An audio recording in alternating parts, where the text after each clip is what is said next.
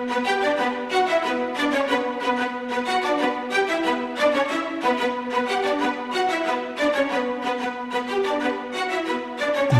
Network presents Football Time. Hey, and welcome to Football Time Show, our NFL and review. With us, as always, is Achilles Rain. Week 7 is in the books, and it was an awful week of football. I'm not sure there were two entertaining games on the slate this week.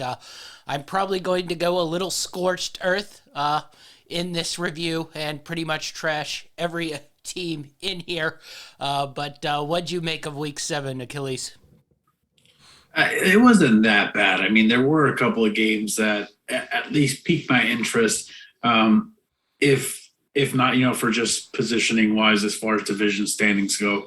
But yeah, it was a pretty bad week. Yeah, this is someone who had the Red Zone channel on and wasn't subjugated to the Falcons and Dolphins for 3.5 hours. See, that's one of the issues when you have a multiple TV football setup. You tend to get stuck on watching these pretty crappy games, whereas in me, I just turned the big screen on and put on Red Zone and everything was good. Yeah, it wasn't good there either, but at least you missed the... It was better. In between parts of every one of these games that was highly disastrous, reign of hell, pretty much. We'll start out with Thursday night's game because we didn't touch on it on our Friday show. Browns win 17-14. This sort of kicked off the week of shitty football, I'd say. Browns come out with the win. Case Keenum plays. Basically, no one else on the Browns did play. Dearness Johnson, the third-string running back, looked good. I don't know what to say about the Broncos. Teddy Bridgewater was completely atrocious in the first half. Got a little bit better in the second half. The Broncos are a joke. The Browns are bordering on it. But what'd you make of this game?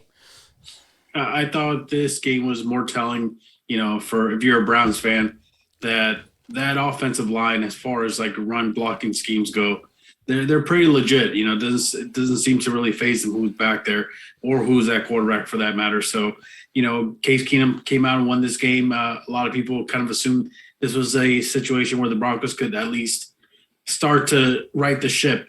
But unfortunately for them, they're playing really bad football, and this wasn't meant to be. But, kudos to Case Keenum for being ready when he got called up and winning that game. Yeah, I'm going to go in on the Broncos here. Once again, they decided to throw the ball 33 times in this game. Javonte Williams, 4 carries. Melvin Gordon, 8 carries. What they have against the run, I don't know. What they see in Teddy Bridgewater throwing the ball numerous times a game, I don't know. This wasn't even one of those games like last week where they at least got really, really far behind. This was pretty much a 3-point game throughout. So what the Broncos are doing, I don't know. Teddy Bridgewater is not the answer. And I was looking up the quarterbacks that this team has gotten since Peyton Manning left after that Super Bowl win. We start out with Trevor Siemian, go to Paxton Lynch, back to Brock Osweiler, Case Keenum, who came back to beat them, and sadly enough is probably the best quarterback they've had since then.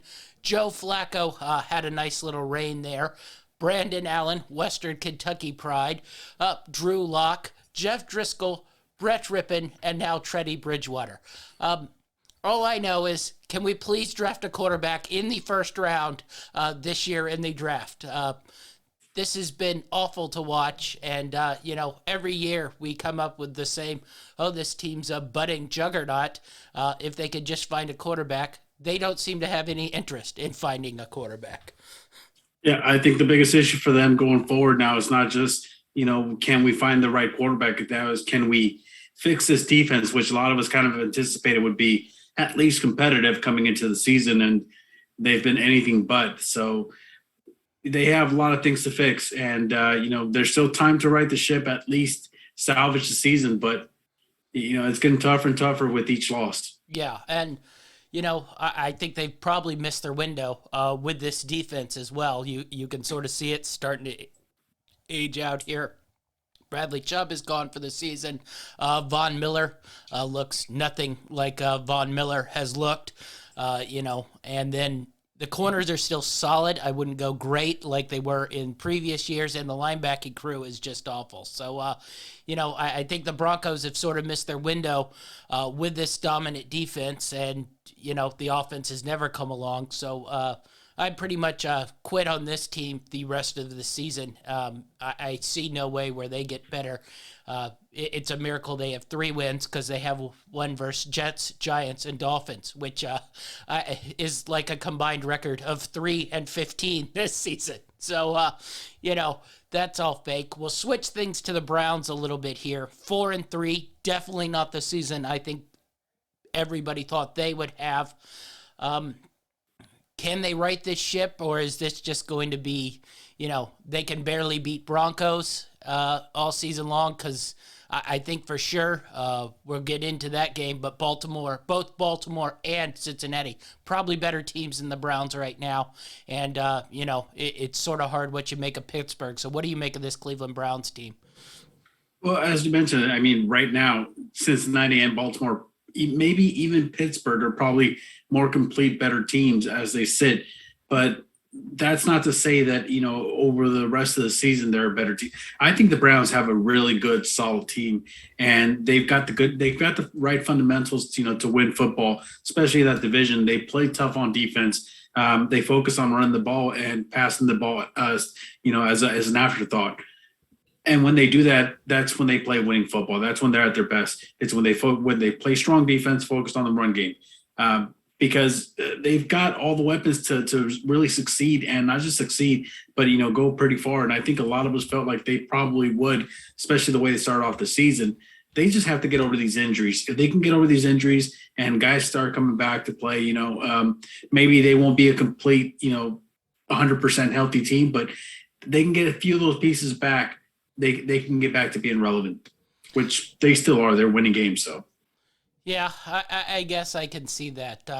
I just wanted to read you a little something stat-wise. So I'm going to read you one person's stats, and I'm going to read you someone else's stats. Completion percentage, 64%. Touchdown, 64. Interceptions, 37. And then we go to the other one, career completion percentage, 62.4%, 81 touchdowns, 46 interceptions. One of those is Mitchell Trubisky. One of those is Baker Mayfield. So I'm just a little curious, how much really better is Baker Mayfield than the likes of Mitchell Trubisky, who just got packed shipping up to Buffalo to be that backup quarterback, and we get to watch the Bears, meanwhile, ruin another life at quarterback. We'll get to that disturbing game, which also happened to be on my TV screen for 3.5 hours of terribleness. But anyway, I just don't know if I can trust this Cleveland team right now. We've seen the defense be hot and cold. They played great in that Minnesota Vikings game. And then the next week, they give up 40 points and 600 yards to the Chargers in 20 minutes of possession. So I don't totally know what I'm getting there. I mentioned the quarterback stats of, Baker. You start zeroing in on it, and I'm not sure how much really he brings to the table here. I don't even know that Case Keenum is all that much of a downgrade to Baker Mayfield here. Now, I think Kareem Hunt's going to be out for a while. We'll see if they can get Nick Chubb back, and maybe they can find their defense. But I'm worried about their inconsistency, especially in a division that has the likes of Baltimore, Cincinnati, and Pittsburgh in it. Yeah, definitely. There's definitely, a big reason to be concerned. As you mentioned, that division is definitely a lot tougher than we all anticipated it would be. Even with all that being said, though, Baker Mayfield is not the kind of quarterback that's going to wow you. His main purpose on that team is his leadership. He definitely is a leader. I'll give him that. I've never been a huge Baker Mayfield fan, but, I will say that he does have the ability to make certain throws that other quarterbacks can't make. But in my opinion, he is definitely more of a game manager. We've seen the Browns have a lot of success when they really play off of the run as opposed to playing off of the pass. And it's worked for them. They tend to have little hiccups here and there when Baker Mayfield tries to do too much. But he's a tough guy. He's a really tough guy. You saw him get, banged up. He got his shoulder popped back in or whatever it was, and he went right back into it. He's got a lot of heart. And as I mentioned, a lot of the players on that team really respect his leadership. So those are certain fundamentals that you have to take into account when you put the quarterback together as a franchise guy. It's not just about, how good yes, he's not the best quarterback, but like I said, he brings other things to the table, which is what helps him win games. Yeah. All right. We'll move on to our next game, get past that one. I don't know if we want to do this one first because it was about the only game I enjoyed on the day. So we might have a lot of complaining for the other 12 games. I'll get into the NFL with 6 teams on a bye in a week as well. That proceeded to make the games annoying and boring. That 4:00 slate was just atrocious with nothing to watch unless you were sort of entertained by the Lions going ground zero and trying everything they could to beat the Rams. But anyway, Bengals, Ravens, best game of the week.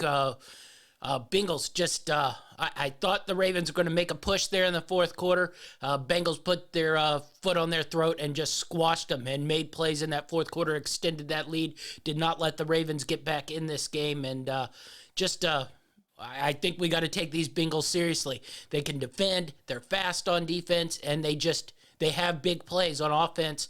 And then they got that two-handed monster at running back with Burrow and Pirine that can control the game a little bit. I don't think I can say enough good things about these Bengals. Just a good football team right now. Yeah, I mean, we've been talking about them for the last couple of weeks. We kept saying that they're starting to make some noise, and we even said that this would be the week that would really test how real they actually were. And I got to be honest with you. I thought that this game would be close, but I thought eventually, the Ravens would kind of pull away from them as the skill in quarterback level really started to show itself. And that's exactly the opposite of what happened. It seemed like that Bengals defense, first of all, is legit. They're going to get after people. They can cause a ruckus in the backfield, and they can stay with guys. They got a lot of big, tall, defensive back players who can guard just about anybody. So they're doing a really good job with their defensive scheme. That's first and foremost.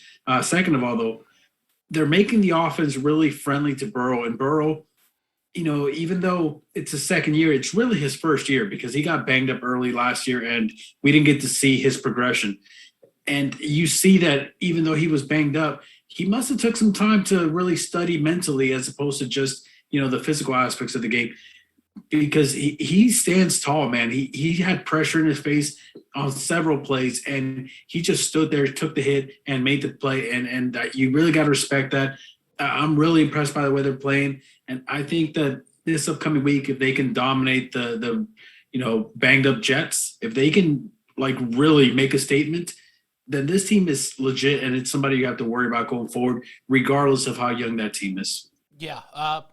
Honestly, right now, I think the AFC is wide open. We'll get to the Chiefs in a little bit. That's going to be Don't spoil it. But I think the Bengals can contend here. Foreign AFC slided things. You got the Bills, you got the Ravens, you got the Bengals. You probably got to throw Tennessee and Indianapolis in there from what we've seen last week. The Chargers are probably in there. Last couple weeks. Yeah, the Chargers are in there, and the Raiders we probably got to throw in there too. Though they've been a little light on the schedule the last couple weeks, but they've shown they can beat up those teams. And so I think the AFC is wide open for any of those teams to sort of seize control. I think we thought this Chiefs thing would last probably a little longer than it has. And it seemed to drop off really quick. So I think the mantle's there for somebody to take it. I don't know if the Bengals are quite ready to do that, but, explosive offense, good defense, that wins football games. Yeah, definitely. I thought that we had 6 teams on a bye, as you mentioned earlier, but even with all that, with the teams that did play, I thought the Bengals were probably the most eye-opening team performance this week. Yeah. Ravens, I don't look down on them. I thought they played pretty well there. The Bengals just made a couple more plays there in that fourth quarter. The tackling on the defensive side of things has been a problem all year long. It showed itself again in this game. They missed the tight end Uzma for a touchdown, thanks for that 3-1 player touchdown prop on missing that tackle, and then that Jamar Chase play where he spun out of 4 different guys. Jamar Chase is really, really good, but someone probably should have brought him down there, considering he was at a dead stop when he made the spin move. So how concerned are you, the Ravens? I'm not too concerned. I thought they looked, well. It's just the Bengals played better than they did this week. Or are you a little concerned here? I'm really not concerned about the Ravens. The Ravens are going to keep doing what they do. They're going to keep winning games. This is a divisional opponent. I say it pretty much every single week when there's a divisional matchup. Divisional teams know each other better. They play each other constantly, season after season after season. And though the players may change, there's something to be said about, playing in their stadium, playing against that team in your stadium, and it becomes a continuity thing. You get used to it. So they tend to know each other a little bit better. But yeah, man, I'm not too concerned. I think the Ravens are going to be okay. This was just, I wouldn't even say a bad performance because they played well. Yeah. They just simply got outplayed in this particular week, and you just got to tip your hat off to the Bengals, man. They took care of business. Yeah. The other thing, Rashad Bateman, the rookie receiver, first game back was last week. Was played pretty solid this week. I thought he played really great. Had 6 targets, 3 catches for 80 yards. I thought he looked really, really good. If he can actually get in there and become their number 1 receiver, and maybe if Sammy Watkins ever chooses to return from injury, shocking, Sammy's banged up. Who would have foreseen that one coming? But if you can move Bateman into that number 1 spot and then have Marquise Brown as that, long field stretcher, I think this Ravens offense can get even better. They've already made leaps and bounds, I think, this season in the passing game. So I've been really, really impressed with the way Rashad Bateman has come in and played football.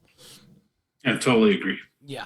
All right, so we'll go to our next game, and the long list of terrible football continues. I think we called this one. We didn't take the spread on this one, but the Packers did just enough to win the game and not really seem to put much effort into the game.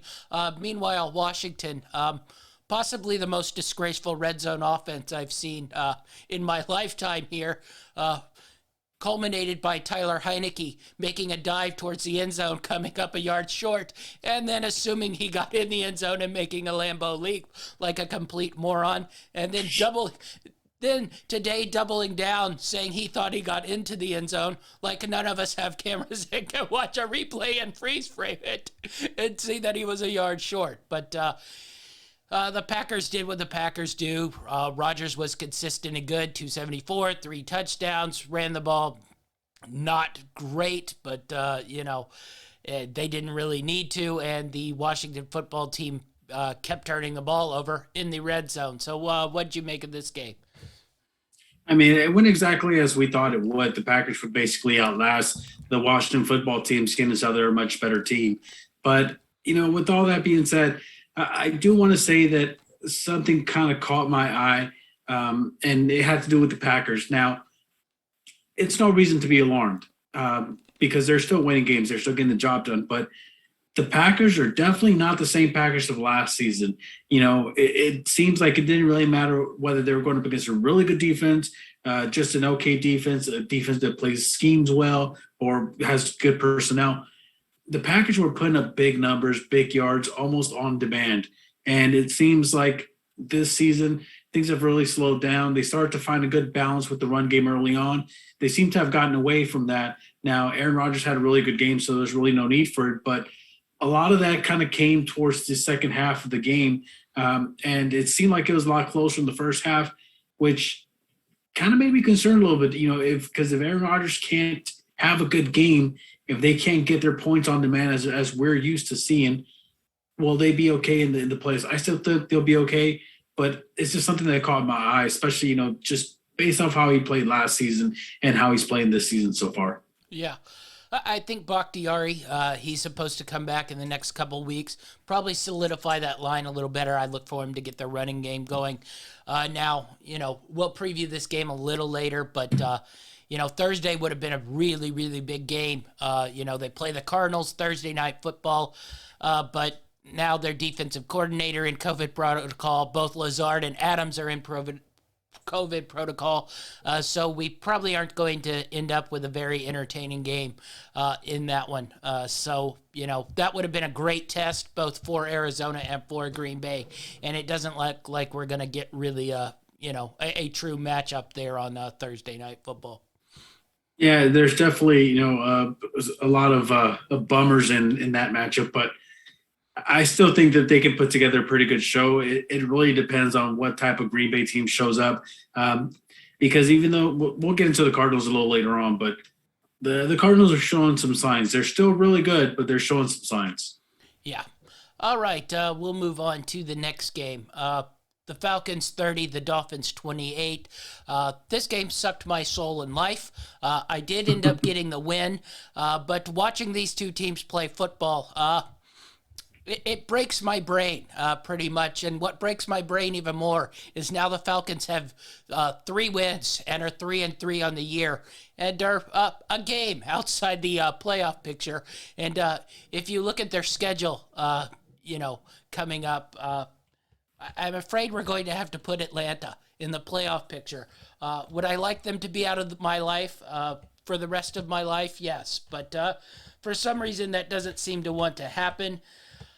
I don't even know what to say in this game. Atlanta was dominating. Of course, lets Miami back in the game because Matt Ryan is required to make key turnovers in the last 5 minutes of the fourth quarter. He's contractually obligated. But then Tua seems contractually obligated to make one bad pass as he's getting sacked every game. Gives Atlanta the ball right back. They score, but then, Dolphins go 3 and out. Matt Ryan gets the ball, decides to run, and fumbles the ball right into the Dolphins. And Dolphins go down and score. You think the Dolphins finally get on track and have their win, and of course give up 3 plays to Matt Ryan with 20 seconds left, and they kick the game-winning field goal. I don't know. I have a long rant on the Dolphins, but Falcons 3-3 now. I will say they are starting to figure out that Kyle Pitts is a huge weapon, and they should probably force the ball into him every chance they get. Other than that, I don't know what to say about these Falcons. The Falcons did what the Falcons do. They led teams back into it. In the game where they were dominating, it seemed like it wasn't even going to be close. I was a little concerned about that Dolphins pick. And then, right on cue, almost when it's like they could feel the viewers tuning off. And they're like, no, we got to get them back. We got to make this game exciting. So they let the Dolphins back into the game. Tua started looking like he was Tom Brady. And eventually he made a few mistakes, which were very costly, obviously.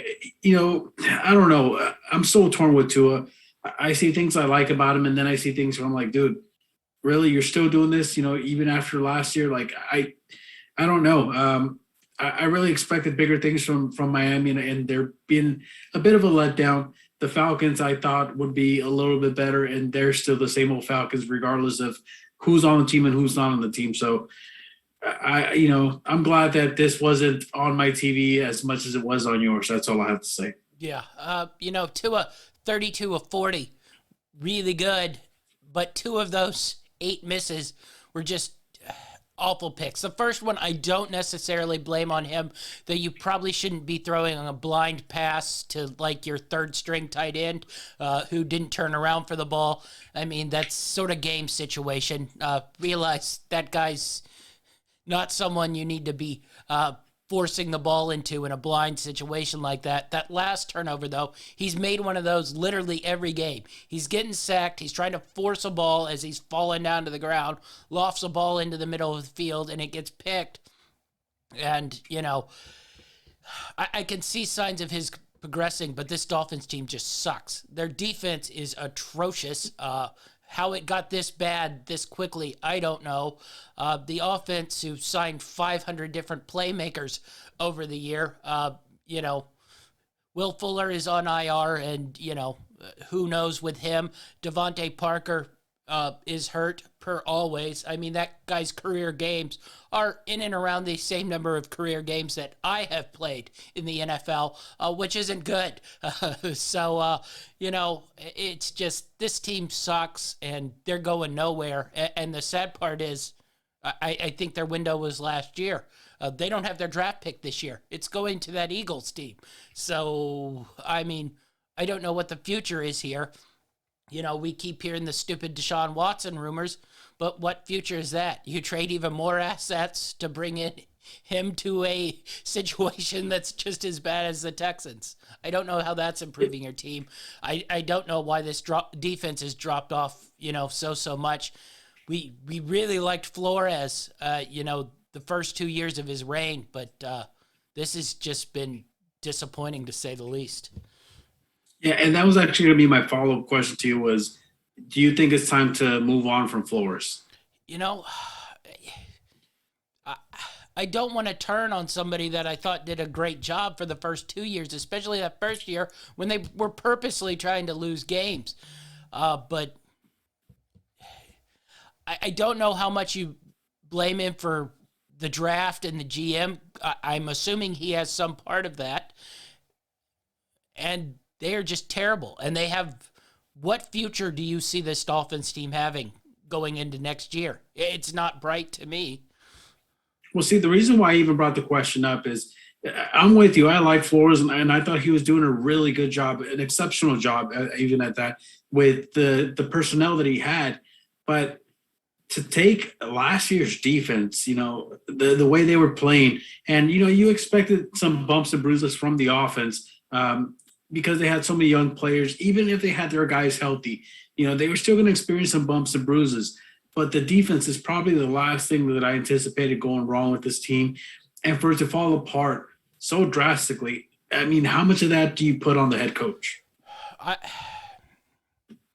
Honestly, watching that game, it crossed my mind that, it was probably time to pull the plug on Flores. And, I'm usually one of those guys who will let coaches, but what I saw and what I've seen this whole year, it's not the same thing I saw the previous 2 years. The defense isn't playing hard. They aren't. It doesn't look like they're playing that hard. And, when I say the Falcons defense is playing better than the Dolphins defense, that just, it puts it in a disturbing sort of light there, especially since the offense really has never come along. I don't know how much of that is his fault. Basically, they have Jalen Waddle, and that's about it. On the outside, I guess you could sort of say Gesicki, solid tight end, but, I mean, you don't look at that offensive team and go, weapons. Wow. Listen, they're thin on offense, okay? And I mean, not to spend too much time on a bad game and bad teams, but they're definitely missing some weapons on offense. But even with all that, if they had last year's defense, they would have won this game easily won this game. And I think that at some point you do have to start blaming the coach. And I'm glad you brought it up, because I didn't watch a lot of this game, but the few minutes that I did watch of it, and last week's game that I actually did watch, the coach looks defeated. It seems like every time a play goes against him or something goes wrong, they pan over to him, and he's got a defeated look on his face. And it's just something that that's probably the last thing I want to see in my coach. It's just a look of frustration. But I understand where it's coming from. It's just, how much of it is your fault, man? So I don't know. I mean, I'd hate to say it, but I think that if things continue to deteriorate at this rate, it's definitely time to move on. Well, yeah, I think that's where I'd be concerned, because I think the rebuild is over, and now it's time to tear down and rebuild again. We got 1 10-win season out of that rebuild, and now I think it's time to gut this thing. So I don't know. Maybe I'm just being over dramatic because of the poor play. You're a But Dolphins fan? No, it's because you're a Dolphins fan. Emotions are getting in the way. This is just, it's not been good this year. It's been really, really bad. So, yeah. Tough to watch that game. Next up, this one was not much better. The Jets looked. All I know like the is Jets. they've been scored 46-0 in the first quarter so far this season. That's not a good stat. I believe it was like 94-15 in the first half this season. That's not ways to win football games. I know Robert Saleh is a first-year coach, but, he clearly doesn't have these teams prepared to start out games. And, they're ruining Zach Wilson, and now his knee is banged up. And, I don't know what's more disturbing, that they traded for Joe Flacco yesterday to fill that void, or the thought that Joe Flacco might be playing quarterback for this team in the coming weeks to fill that void. I guess you could say the Patriots looked better, but they have 3 wins this year, 2 of them versus the Jets. So really, how much better? They did a nice job of running up the score on the Jets because Bill Belichick hates the Jets. But other than that, this game was bad. The Jets were bad, and I'm a little worried that Robert Saleh might be in a little bit in over his head here. They give all these coaching jobs to all these young guys, and I'm beginning to wonder if some of them just aren't ready, because this team gets blitzed in the first 5 minutes of the game every single week. Yeah, I mean, I really don't have much to add to it other than, this was a perfect situation for the young quarterback in New England to start feeling good about himself. He's building up a lot of confidence, which is probably a scary thing when you're talking about a Bill Belichick-led team. The Jets, boy, it's tough. It must be so, I can understand because I was a Ram fan. I've been a Ram fan for a long time, and we went through some really dark years, so I completely understand what the Jets are going through. But even those Ram teams that were horrible, at least they had guys that were putting up some sort of statistical reason to at least applaud the team. And there's just nothing from this Jets team. It's pretty bad. One week we go from talking about their defense and how tough they're playing to the next week they're giving up 50-plus points. It's a sad affair. But, good one for the Patriots. The Jets, I don't know. Hopefully they get better luck going forward, start getting healthier, and maybe they can make some things happen, but it looks bad. Yeah. Kind of gross. The Jets, and, honestly, I feel sort of bad for Zach Wilson. He was getting annihilated before he got hurt, and it just, I don't know if he's going to be able to work his way out of that. The only thing is they will probably have another good draft pick. Maybe they will use it. Speaking of huge disappointing failures, the Giants won 25-3. Speaking of games that were absolutely disgusting to watch, somehow this one might have been worse to watch, which was also on a screen, than the Falcons and Dolphins, which was saying something. Both teams' offenses sucked for 3 quarters, but Sam Darnold was doing a good enough job to let the Giants win this game. He was finally benched. So I don't know. The Jets got to win, or the Giants got to win. Panthers look terrible. Sam Darnold looks terrible. I don't know. Say something good about these two teams. We got to see what the other quarterback looks like a little bit. Yeah. Not much better, but I like him better. And Jones caught a touchdown. Yes. See, I could find a little light in that dark room. Listen, man, this was just. I think this was kind of a surprise. I really didn't expect this type of outcome. I thought this was the right type of situation for Carolina to get right back on track. Unfortunately for them, Darnold thought that he was back with the Jets as soon as he hit New York, and or Jersey, I guess technically is where the stadium's at.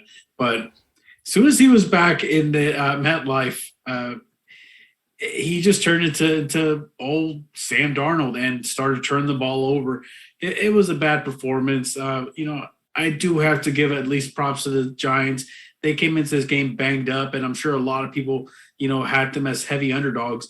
And they came out, man, and as you mentioned, it wasn't pretty at first, but ultimately they got the win. They did what they had to do. Yes, it took some trickery and things like that, but they got the win, and that's all that matters. And the Giants are actually winners this week. So that's all I can say about this game. There wasn't much other than that to talk about. So, yeah, I assume, though, I guess they are saying that Sam Darnold is their starter next week. Probably because P.J. Walker came in, was awful as well. But, somehow Sam Darnold manages to turn the ball over all the time, and yet his yards per attempt was 4.4. So somehow he's checking down the ball, and yet is still somehow managing to turn the ball over. I don't know quite how that works out. I got to take a little bit of some shots here at Matt Rule and Joe Brady. I don't totally put it on them to give it a shot on Sam Darnold, but I think you got to look at how you pretty much made Christian McCaffrey, once again, the end-all, be-all of this offense, knowing last year the sort of injury problems he has. So the second Christian McCaffrey went out, this team looked like a totally different team. So you have all your chips in that one basket. You don't really get a running back that is, I get you can't get a running back like Christian McCaffrey, but you can find a running back that can at least is better than Chuba Hubbard, a fifth-round rookie out of Oklahoma State. It just seems like they were not on the ball there. They were too busy giving up a second-round pick to get Sam Darnold to sort of understand that maybe we need to find either a way to tailor this offense that is not so Christian McCaffrey-centric, or we need to get a running back, someone like Tony Pollard, who spells Ezekiel Elliott, who, if Christian McCaffrey gets hurt like he did, we don't go totally in the tank and are so reliant on Sam Darnold to carry our offense. Because once again, I thought for 3 quarters this Carolina Panthers defense kept them right in the game. But what are they going to do when they go 3 and out, turnover? So, this is a little bit on the coaching staff and offensive coordinators as well for being so reliant on Christian McCaffrey. Yeah, I mean, it was just a bad game. And obviously the Giants did enough to pull off this win, but I don't think anybody was really happy about the performance overall. I think you just kind of, toss this one out and move forward, and hopefully have a better week coming up, because can't get much worse. Yeah. I will say I'm not big on the Dolphins trading for Deshaun Watson, but if I was Carolina, that would be one I'd give a shot to. Your defense is already there. You have, weapons on the outside on offense in Moore and Anderson. Theoretically, you have Christian McCaffrey at some point returning, though, that's vague. You're probably going to be in and around 500, so your first-round pick probably will be, towards the back teens. So it won't be the worst thing in the world to give that up. I'd be a little bit more aggressive if I was the Panthers going after Deshaun Watson, and if he can't play this year, you just chalk this up to a, sort of lost season. See if McCaffrey comes back. See if, you can get things rolling towards the back end of the season if Watson isn't allowed to play. Yeah, it's an interesting idea. All right, we'll move on to the next one, the Chiefs and the Tennessee Titans. I'm going to break out a fun little thing we had last year, the Dunzo list. You know who's making the Dunzo list? Patrick. The Kansas City Chiefs are making the Dunzo list. This team is literally the worst defense I have seen in the NFL in a very, very long time. Their offensive line can't block, and they have some of the stupidest sloppy turnovers I have ever seen from a football team. And this, it's just bleeding over from last season where they just could flip the switch and boom, turbojets go. They're trying to flip the switch. Turbojets aren't going, and they're getting rolled. And, honestly, if you were a betting person, I bet for the Chiefs not to make the playoffs this year from what I've seen so far.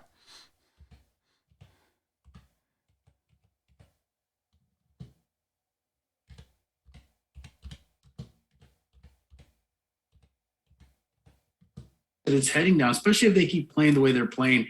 Now, it's not just bad enough that their defense, which, by the way, wasn't great last season, it was pretty bad also, but the defense, as bad as it is, and the offense can't get anything going. And it's been a mixture of things. It's been a lack of a running game. It's been Patrick Mahomes making mistakes. It's been the offensive line not giving him enough time and allowing pressure.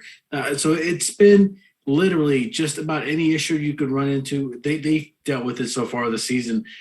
So having a poor defense doesn't help their situation. But listen, I'm not ready to completely, call it for them yet. I think that they could still make some magic happen, but man, it's getting tougher and tougher to really keep, speaking highly of these guys, especially the way they've been performing over the last few weeks. Yeah.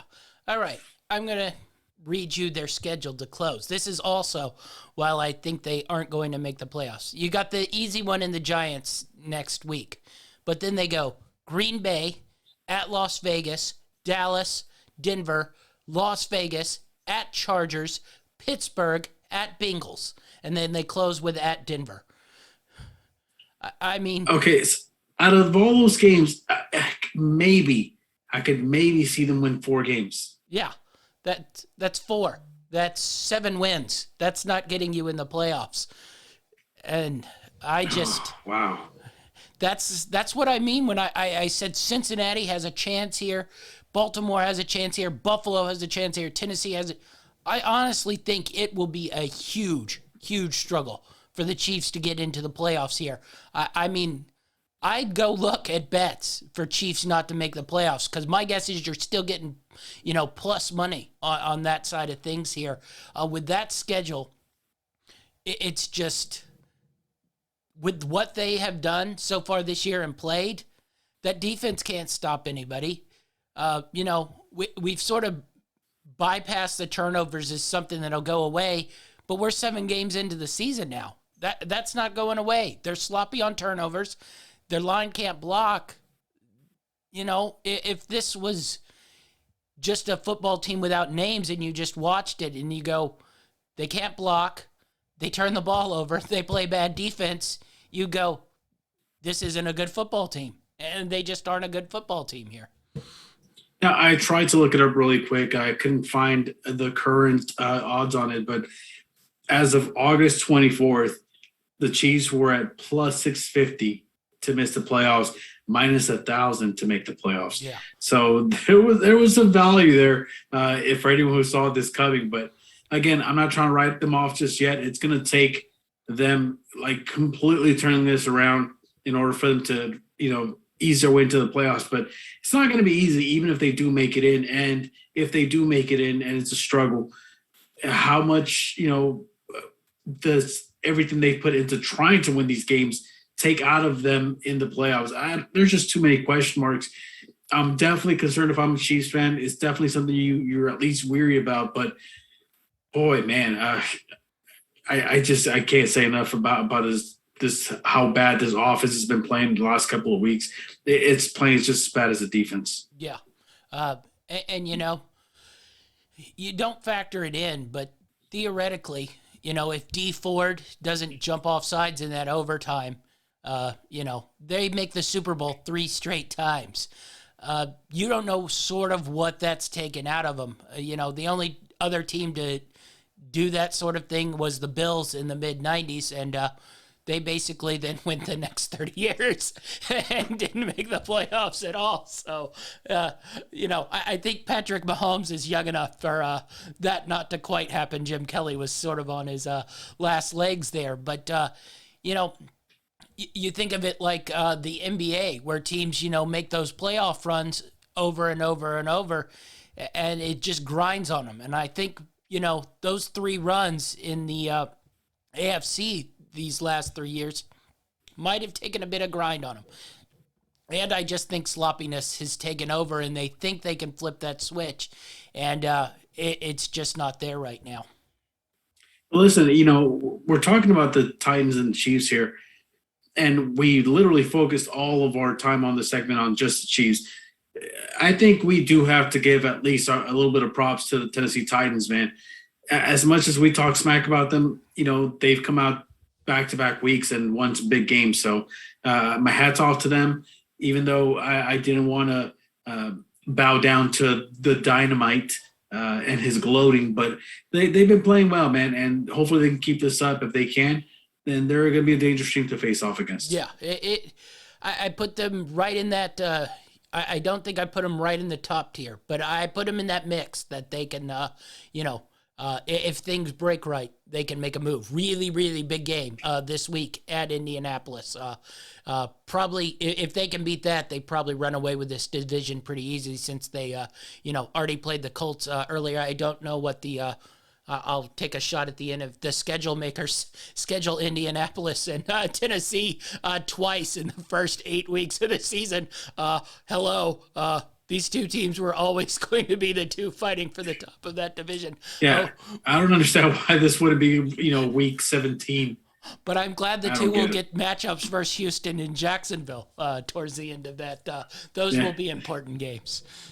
Oh, I'm sure they will be. Nail biters. All right, next up, Lions-Rams. This wasn't an awful game. It was pretty entertaining. The Rams, the Lions really, really played hard. It would have been nice for that to show up last week. We could have used the Lions playing hard, but I guess they were saving up for this week, trying to get this win. I don't know if I've seen an onside kick and a fake punt in back-to-back possessions in probably since Pee Wee football. But anyway, Rams came out on top. They looked all right. Still a little loose, I think, on the defensive side of the football, but overall, good win. I don't know who the Rams schedule makers are, but they go to the Texans this week. So nice little trio there of Giants, Lions, Texans to bulk up that win percentage. Yeah, I won't say too much about this game, especially being a Ram fan. A little disappointing in the way they came out, but you got to give it to the Lions, man. You said you can't remember the last time it happened. I can remember the last time it happened because I remember the Rams doing this a few years back. Listen, the Lions were going to try their best to win in every facet of the game. They played a really good game, and with everything going their way and them playing a really good game, it's still, the talent level showed up at the end. That's the real reason the Rams won that game. It wasn't because they played better, because they didn't. It wasn't because they made more plays, because they didn't. It was because they have more talent. And that's really what it came down to. I didn't expect anything less. I'm glad I didn't take the spread in this one like I did last week, because last week they covered. This week it got a little close there. But, overall, they got the win. Good effort by the Lions, and, hopefully Jared Goff has success going forward. Yeah. All right. We'll move past this game. Next one wasn't much better.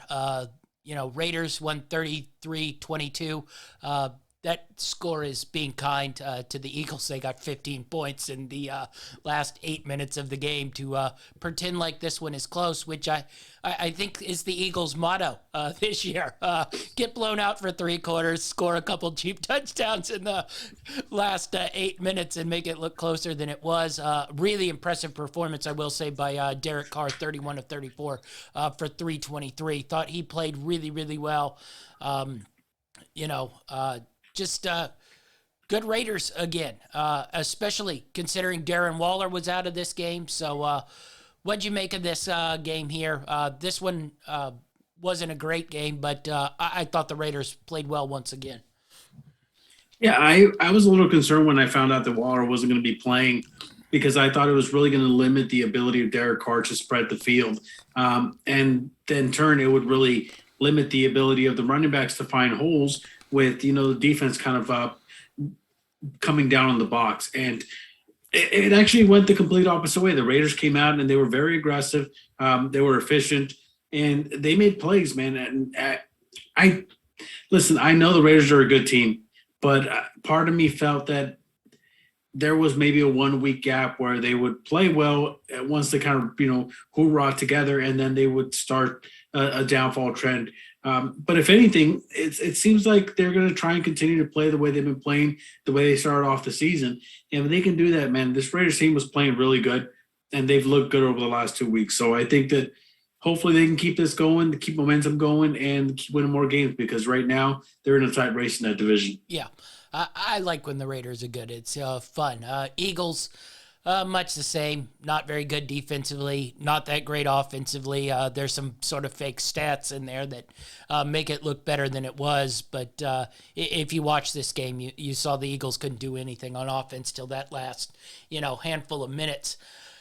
I think they're just in full tank mode. They have their first round pick. Like I mentioned, they have the Dolphins' first round pick, which at this point is trending towards the top 2 or 1. And their pick is trending towards the top 2 or 1. They also have the Colts' first round pick. So really overall, their season probably begins at the draft coming up. Anything on the Eagles, really? No, I mean, I guess good effort to not give up completely as the game basically coming to an end. But yeah, I mean, I got nothing really to say about the Eagles other than they put up a good effort. They didn't give up. They put up some points. They had to look decent. Yeah. All right. Next one. Not much. Cardinals 31, Texans 5. This was a little bit of a game for a quarter till the Cardinals decided to start, fooling around and easily gashing the Texans' poor defense. Davis Mills continues to be poor. I don't know. I guess good game by the Cardinals, but this really wasn't the game to judge anything on. It was going to be Thursday, but I don't.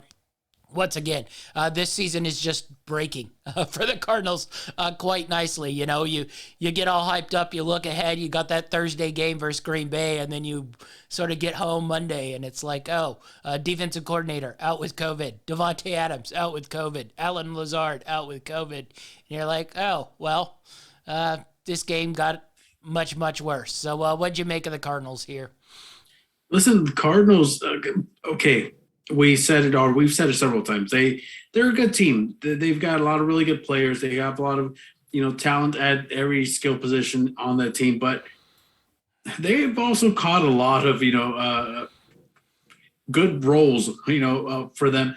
As you mentioned, they have this Green Bay game coming up, which is probably their toughest game over the last few weeks, and they have no Devontae Adams. They don't have their defensive coordinator, no Lazard. As you mentioned, everything's just kind of falling into place for them. And I had to think that at some point, either that is a positive or a negative. It can work two ways. It can make these guys feel like, you know what? Things are falling into place for us. This is our season. It's meant to be. And it just kind of builds up that confidence. Or it could be one of those situations where you haven't faced any adversity, and the moment you do, you crumble. And I kind of feel like that's more the way I'm leaning. I hope it's not, because I want the NFC West to be as competitive as possible. It makes for a more fun, watching experience, especially if you're a fan of that division. But they really just haven't had a lot of competition. Even when they played the Rams, they kind of spanked the Rams. So they've been pretty dominant so far, and it's hard to really fault them. It's not their fault that things just happen to be working out for them. But I can't wait to see them play a really good team, so I have at least a good barometer of how good they really are. Yeah. Let me just ask you, NFC side of things, how many teams would you put over the Cardinals that you think would go to the Super Bowl before them? If I had to pick, I would probably say 3, maybe. 3? Tampa Bay, maybe Green Bay, and probably the Rams. Yep. From experience. Yeah. No, that's about where I sit. Tampa Bay's definitely on there. Rams definitely on there. And then, Green Bay's probably, the Hex. Do you think Green Bay is better? Do you think the Cardinals are better? I'd probably just go with one team has Aaron Rodgers. Maybe it plays out like where they play. Like if Arizona has to go into Green Bay, I'd probably definitely favor Green Bay more, whereas I don't know if Green Bay going into Arizona is, that much of a home field advantage where I really think the home field advantage would lie with Green Bay. So maybe there. Cowboys, where would you... I'm curious where you put them ahead of, Cardinals, Cowboys. Listen, the Cowboys have so far exceeded expectations, and I know we'll talk about them a little bit when we get into their game, but they've exceeded expectations, and they're playing really good football. Their defense has gotten better, not leaps and bounds, but they've gotten better, and it's enough to where it's helping the offense not have to score as many points, but the offense is still humming, and they've got playmakers on defense now that can actually turn the tide of a game, on any given play. So it's something that they haven't had over the last couple of seasons, and I'm sure they're really pumped up about it, but they still have to go through these, hurdles as a team before I feel like you're ready for the next step. And they're playing really good football, don't get me wrong, and they're a solid team, but I think they're not ready yet. And it'll start becoming a little more evident once we start playing against the tougher teams. Yeah, it should be an entertaining one with the Cowboys this weekend versus the Vikings. Should be a nice little test, a real test for that defense at least. Next up, Bucks Bears 38-3. You won't believe this, but the Bears were awful. Defense didn't show up. Offense is a joke, and I don't know. Matt Nagy is a joke overall. Bucks did what the Bucks do. I don't know. They didn't have a ton of stats in this game. They did manage to get Brady 4 more random touchdown passages from the 2-yard line. That's really impressive. But anyway, and they gave away his touchdown ball. Yeah, I know. Bucks Bears. Anything? Bueller. I could take shots at Nagy for an hour, which I... No, listen, we've done that before. It doesn't seem to help the situation any. So I'm done with Nagy. I think he's got to go. Fields, I was a little down on him to start off when he got named the starter. And then I was like, okay, maybe he is, getting there. He obviously has a lot of work to do, but maybe he is getting better. And then he puts up this high performance. That Bears defense, I just got done talking about their players on defense last week, and I know that they were missing a few guys, especially down in the middle, where you really stuff that run. But it was just a bad performance. Congratulations to Tom Brady. I believe it was 600th touchdown pass. Yes. What in the regular season. So congratulations to him. Evans was it Evans who gave it away? Yeah, he did his celebration where he gives the ball to a fan in his jersey. Yeah, now, I think that this is probably the most interesting question I have about this game is, if you were that fan that got that ball, what are you asking for? I don't know. It's just a football. I'd probably just give it back, but... Yeah, to you it's just a football, but obviously to Brady it's more than that. So it's got to be worth something. I mean, I don't know. The wife said she would ask for season tickets, and now the season's almost halfway over. I'm like, it doesn't seem like a good trade-off to me. I'd probably ask for some green and be happy with whatever I get. Yeah, I don't know. I guess I might ask for something. I probably ask for Warren Sapp's jersey.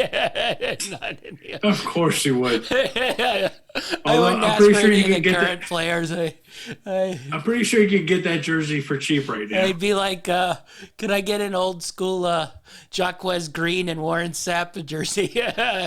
Maybe a Sean Green give me a phone call or something else. I was just looking at overall, what the Bucks have left and what they're going to do. And, I read off the schedule of the Chiefs, who have the first place schedule, and, that's how the NFL works. They're supposed to slot it where you have a difficult schedule. But quite honestly, after this week, this is what the Tampa Bay Bucks have on their schedule.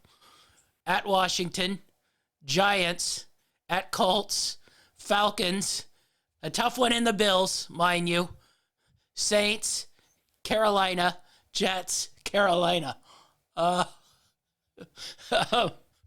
They could win 6 or 7 games out of that bunch. I think they are probably maybe going to lose to Buffalo.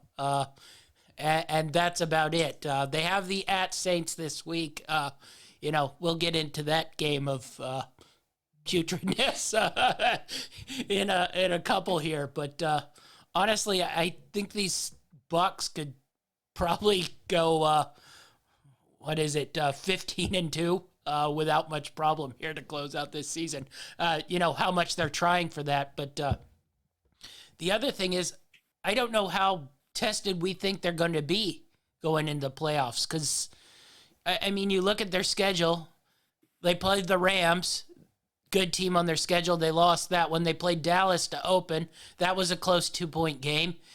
And then basically they've gone through the rest of their schedule other than Buffalo and not played a legit playoff team, unless you're sort of saying the Saints might be a playoff team, but they're sort of on the fringe of the playoffs. So they might play 3 playoff teams this year on their schedule. So I wonder if, going into the playoffs, we see the 15-2 record, but because they played just lower tier quality of opponent, they get a little bit overrated when they have to start playing the Rams and the Cowboys and the Green Bay Packers. You don't get the Dolphins and the Bears and the Eagles and such in the playoffs. So I'm curious how that's going to play out in the playoffs looking forward.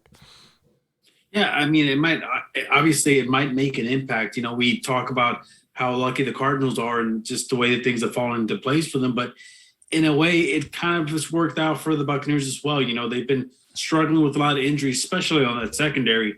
And for them to be able to cruise to wins like the one they did last week, it's got to feel good to be like, yeah, as banged up as we are, we're still dominating. So we'll see if it plays an impact in the playoffs or not. But right now they're winning games, and that's all that matters. Yeah.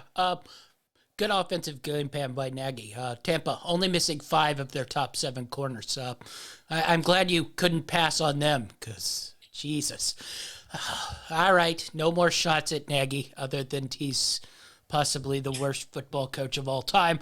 Colts, Niners here. We'll get into another football coach, the genius Kyle Shanahan, who possibly might be the most overrated football coach maybe in the history of mankind. Losing seasons at now 4 of the past 5 years, if you count so far as a losing season, since he's 2 of 4.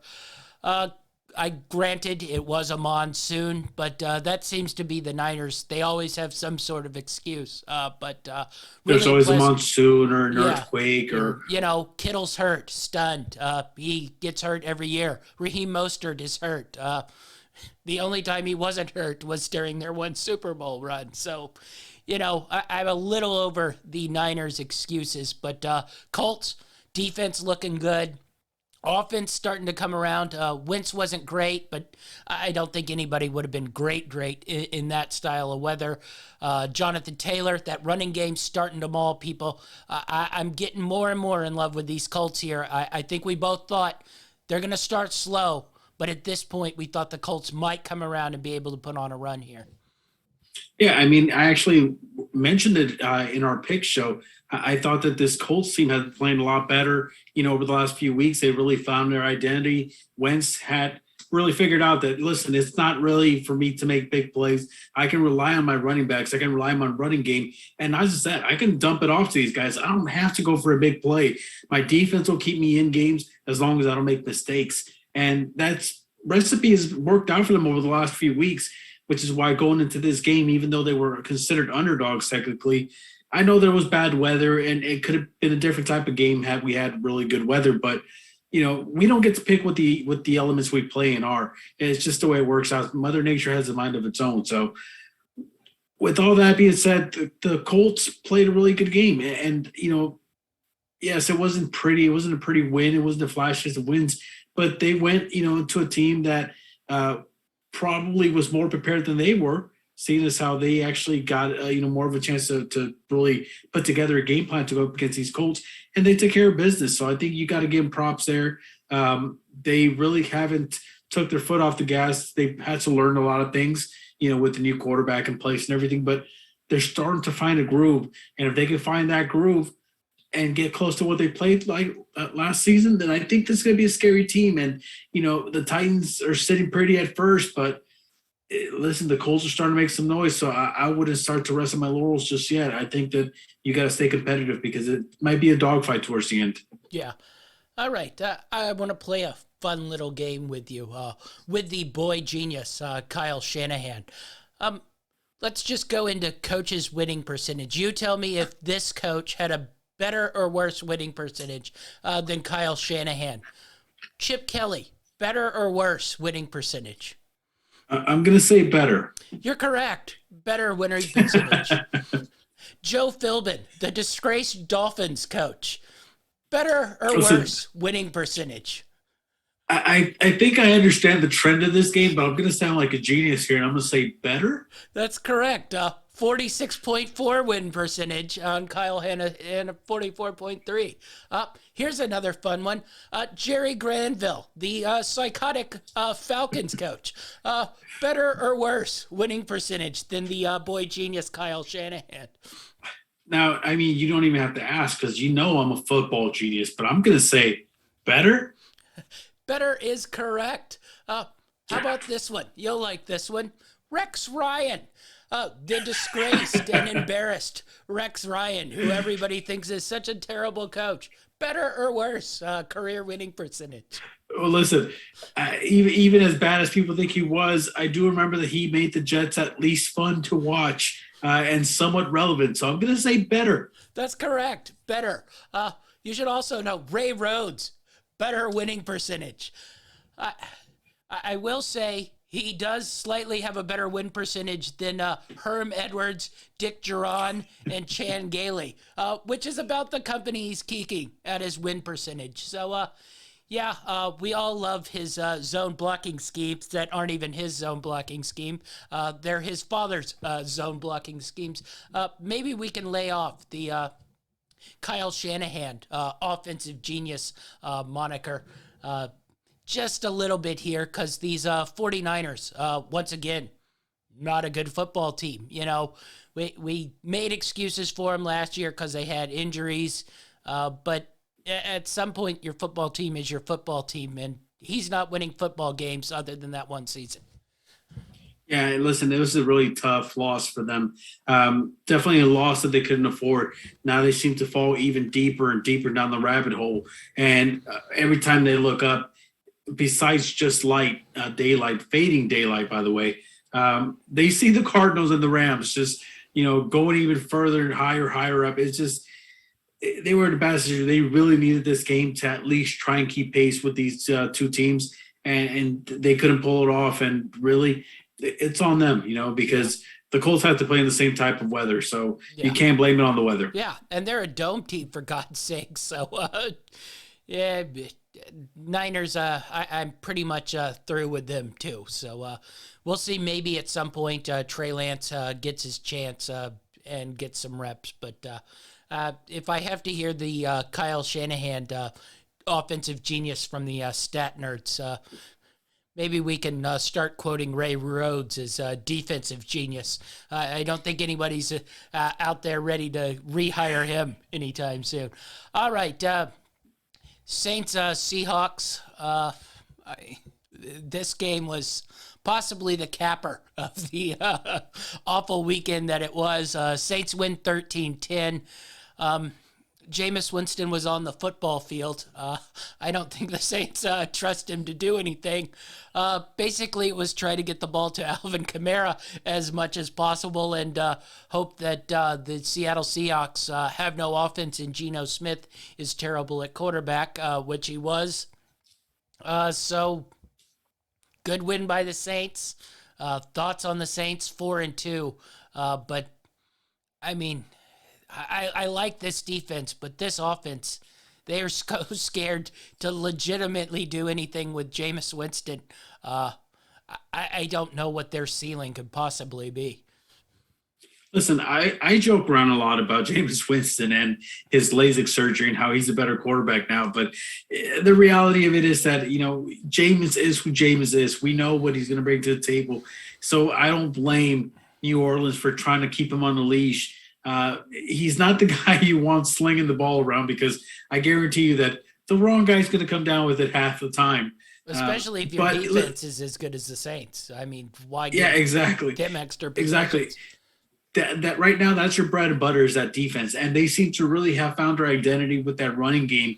They really utilized Alvin Kamara, which, to be completely honest with you, we got to see him playing, obviously, in Tennessee, but I didn't think that he was an every down back. And even though he doesn't run like one, he's effective like a every down back. So, props to them. And they did enough to win that game. Like you said, they really kept the leash on Winston, which probably helped them win the game.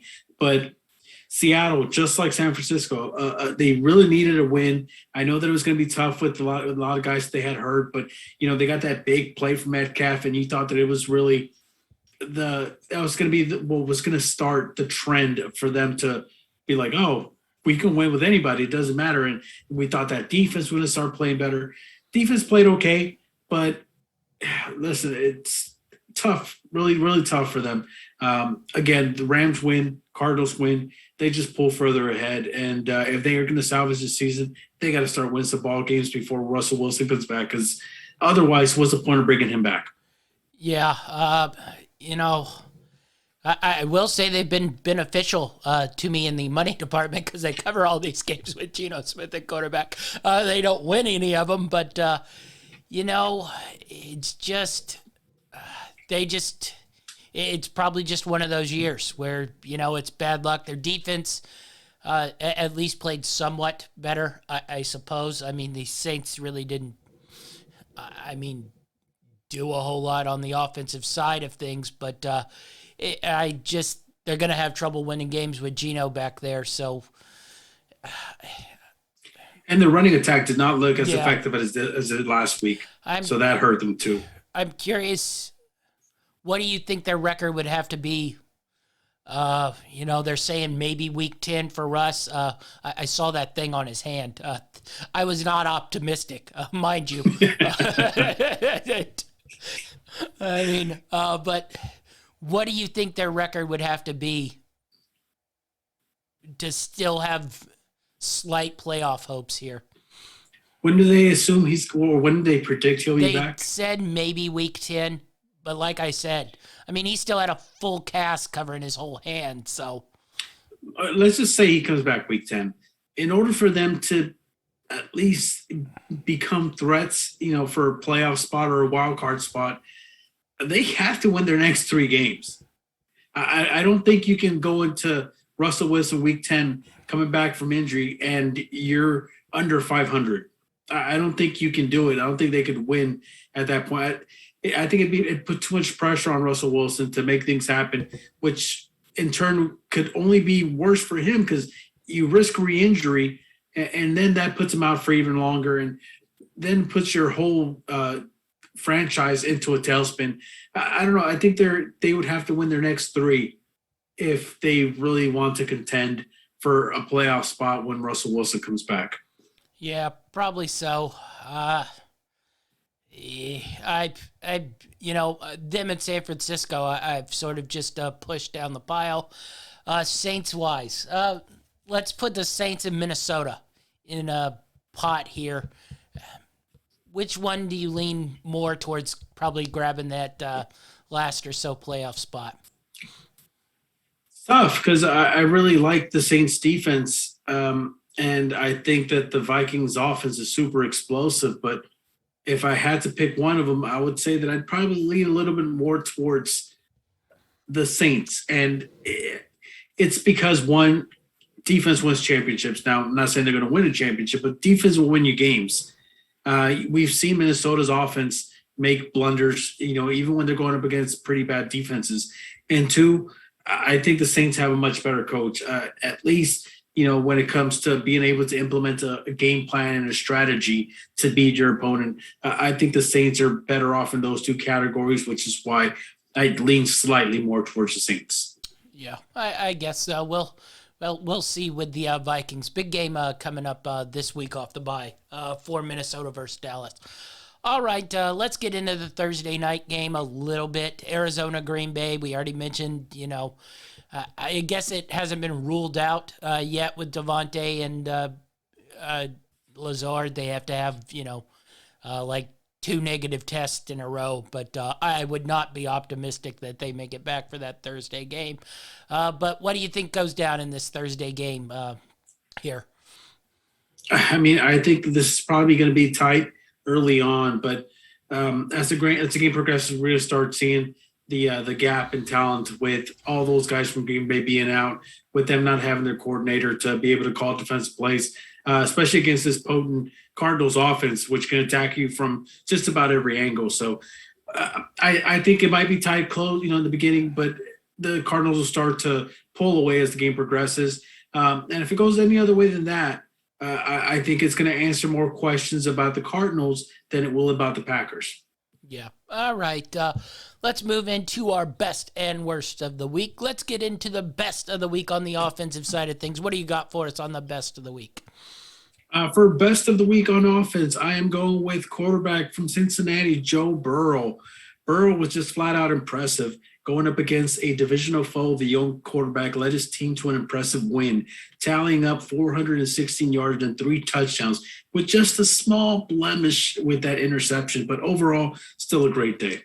Yeah, definitely. So my best on the offensive side, I think Joe Burrow and Jamar Chase. We're giving a double award here for both of them. I thought they were just great in that game, and I just loved how they sort of stepped on Baltimore's throats when Baltimore started to look like they were ready to make their move to creep back into that game there. So really impressive performance by the Bengals. On the defensive side of things, where are you going? Really quick, though, I did have Chase as an honorable mention, and also, as they're calling him right now, Vanillatron. My boy Cooper Kupp, who had another monster game. But anyways, we don't best of the count week that on versus that Detroit secondary. You could run open routes versus them. Hey, listen, Cooper Kupp's been doing it against everybody, okay? So don't worry to get started. You could run that little out route and scamper for 20 yards versus that Lions team. Yeah, I think I could. I could scat out the back or something. Anyways, best of the week on defense. The Titans defense. For a defense that we tend to mock basically week to week, the Titans have stepped up definitely in back-to-back weeks, silencing 2 of the top offenses in the leagues, in the Bills and the Chiefs. If they figured out their chinks in their defensive armor, the Titans are going to be a scary team to play against on any given Sunday, so be careful. All right. For me, I'm going to give a shout out to the Saints defense, especially Marcus Davenport, defensive end on there.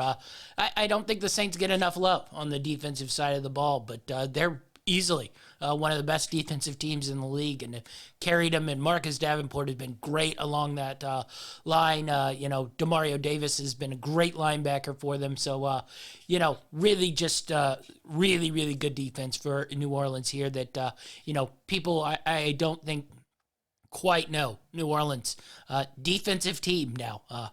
Locked down defensive New Orleans. Where are you going on best coach of the week? Before I do my coach, I do want to just put it on the record. I give this New Orleans Saints defense love all the time. Yes, I know. If any, okay, just making it clear. You're an NFL football expert, so we expect you to know these things. Especially after those answers, right? When it came to if you asked your neighbor whether the Saints defense was good, he'd probably be living off expired information. Yeah. First, I got to go talk to the neighbor. But anyways, for best of the week for coach, I'm going with Zach Taylor, head coach of the Bengals. They're young, they're flashy, and they're starting to make some noise. Coach Taylor's put together a team that isn't afraid of anyone. If they keep up this play style, the sky is the limit. And it all starts at the top. Hopefully they can take care of business next week against the ailing Jets and prove that they're for real. I got a best of the week on the coach's side of things. We're going to go with Zach Taylor as well. Dynamite game plan. But then we're going to go with Dan Campbell, pulling out all the stops. We don't usually give the coach of the week to the loser, but hey, maybe try this every week. I don't know quite what you have to lose. Why don't we just go for fake punts and onside kicks at a ridiculous rate if you're the Detroit Lions here? So Dan Campbell gets a thumbs up from me for making that terrible game interesting. It's probably the only thumb up you'll get all year, by the way. All right, let's go to the worst of the week. You cannot say every game, though I might already have put that in there. But where are you going on the offensive side of things here? Well, I'm glad you decided to do co-winners this week because for the first time ever on Worst of the Week, I have co-winners on offense. And that's going to be Sam Darnold, quarterback of the Carolina Panthers, who had 111 yards and an interception in a loss to the banged-up Giants. In his return to New York, he looked like he did back when he was in New York. And Justin Fields, quarterback of the Chicago Bears, 184 yards and 3 picks versus the cornerback-less Bucks. But what bothers me the most about Fields isn't so much his numbers, but it was his demeanor. They showed him during the game after they're basically done at that point, but they showed him on the bench and he was moping. And I'm sorry, man, but I know he's young and he's got things to learn. But if that's the leader on my team, the last thing I want to see him do is moping when we're losing. Try to pump your guys up and make them feel good. Get ready for next week. Yeah. Mine is Patrick Mahomes. We haven't taken a whole lot of shots at Patrick Mahomes here, but I deserves it. Yeah. Just not good. Sloppy with the football once again. I get some of the turnovers aren't his fault, but I just think he's the one leading. So the sloppiness starts and begins with him. So Patrick Mahomes on that side of things. All right, on the defensive side of things, where are we going? For Worst of the Week on defense, this was kind of a shock to me. It's usually a defense that we talk highly of, and they looked horrendous versus the banged-up Giants squad. They gave up over 200 through the air and over 100 on the ground, and they even allowed a half-concussed quarterback to catch a touchdown. So Panthers, Worst of the Week on defense. Yeah, good call. I'm going to go with the Chicago Bears. After playing really good on defense the week before, just terrible on defense this week. Roquan Smith was awful. Ogletree was awful. Khalil Mack was terrible. Basically everybody on the team, but I'll signal out the stars who are all really, really bad. So Chicago Bears, Mack, Smith, Ogletree, just really, really poor on that side of the ball. And, I get it. The Bears offense sucks. Your coach is a horrendous embarrassment to life. But anyway, disappointing from the Bears. All right. How about coach for you? Let's see. For Worst Coach of the Week, this is another first for me. I'm going with the Joe, the special teams coach for the Rams. Maybe it's because I miss Coach Bones. Or because, every person in the world knew that the Lions had this game circled in their calendar and they were going to be desperate. They were going to try everything they could to try and get an edge in this game. And they did. And I can forgive, an error on special teams, a mistake, but to get fooled, not once, not twice, 3 times. Yeah, I think that's a little too much. You should have anticipated that they were going to have some trickery up their sleeves. So for that reason, Joe, sorry, man. Worst of the Week. All right. For Worst of the Week on the coach's side of things, I got a list here. We're going to start out with Brian Flores, who led that disgraceful Miami game. Then we're going to Matt Rule. Then we're going to do a slight nod to Andy Reid, who's overseen this sloppiness this year. Robert Saleh, who is disgusting in the first half. And that being said, I couldn't go without, a little Matt Nagy in there. And then sprinkle in overall, the sort of cherry on top, the boy genius, Kyle Shanahan, who doesn't win football games, but somehow is a genius at football. So we got a long list of worst of the week on the coach's side of things for me. You see, NFL, this is what happens when you have 6 teams on a bye. You get an angry champ, and this is what you're going to hear. Stop giving 6 teams a bye week. I hate to break it to you, but you ought to look at the slate of games this week. I don't want to. It's not much better. So it could be a 2-week breathing fire of fury here as I watch bad football games. I'm looking forward to it. I didn't even have a bad gambling weekend, which makes it all the more disappointing how bad the football was, because I was sort of up on the gambling and just down on watching bad football. All right, that's our show for the week. Be sure to like and subscribe to not miss any of our shows. We'll be back with Dynamite David on Thursday. Achilles Rain will join us on Friday for our picks and preview show. Where can we find you, Achilles? As always, you can find me on Twitter. That dude Achilles is TD Achilles. All right, that's our show, and we're out.